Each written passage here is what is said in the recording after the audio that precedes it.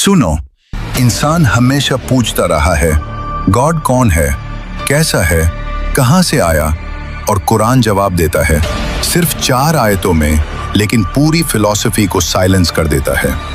ये सूरा किसी डिबेट का हिस्सा नहीं, ये रियलिटी का फाइनल स्टेटमेंट है।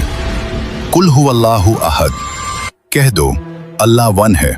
साइकोलॉजी कहती है इंसान कॉम्प्लेक्सिटी में कंफर्ट ढूंढता है। Multiple gods, multiple forces, multiple explanations.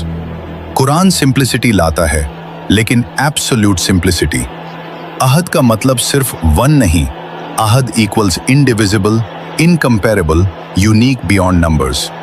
Philosophy यहां रुक जाती है, क्योंकि जो ट्रूली वन है वो पार्ट्स में डिवाइड नहीं हो सकता। अल्लाहुस समद, अल्लाह अस-समद है, ये कुरान का सबसे हैवी वर्ड है। साइकोलॉजी का ट्रूथ, हर इंसान किसी पर डिपेंड करता है, इमोशनली, मेंटली, एग्जिस्टेंशियली।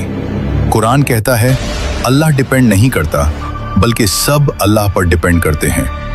अस-समद, जो खुद कंप्लीट हो, जिसको किसी की जरूरत ना हो, लेकिन सबको उसकी जरूरत हो। लम यलिद वलम यूलद, न उसने किसी को जाना न वो जाना गया। यहां कुरान लिनिएज तोड़ देता है। फिलॉसफी कहती है जो बॉर्न होता है वो टाइम में बंधा होता है, जो पैदा होता है वो लिमिटेड होता है। कुरान कहता है अल्लाह टाइम का प्रोडक्ट नहीं, अल्लाह टाइम का क्रिएटर है। इसलिए न फादर, न सन, न फैमिली ट्री। वलम यकुन लहू कुफुवन अहद, और कोई भी उसका इक्वल नहीं। ह्यूमन माइंड का सबसे बड़ा ट्रैप कंपैरिजन। हम हर चीज को कंपेयर करके समझते हैं, strong week, big small, more less. Quran यहां कंपैरिजन ही डिस्ट्रॉय कर देता है। अल्लाह का कोई रेफरेंस पॉइंट नहीं, अल्लाह को किसी से मेजर नहीं किया जा सकता। ये एब्सोल्यूट ट्रांसेंडेंस है। सूरह अल-इखलास अल्लाह को एक्सप्लेन नहीं करती, अल्लाह को डिस्टॉर्ट होने से बचाती है।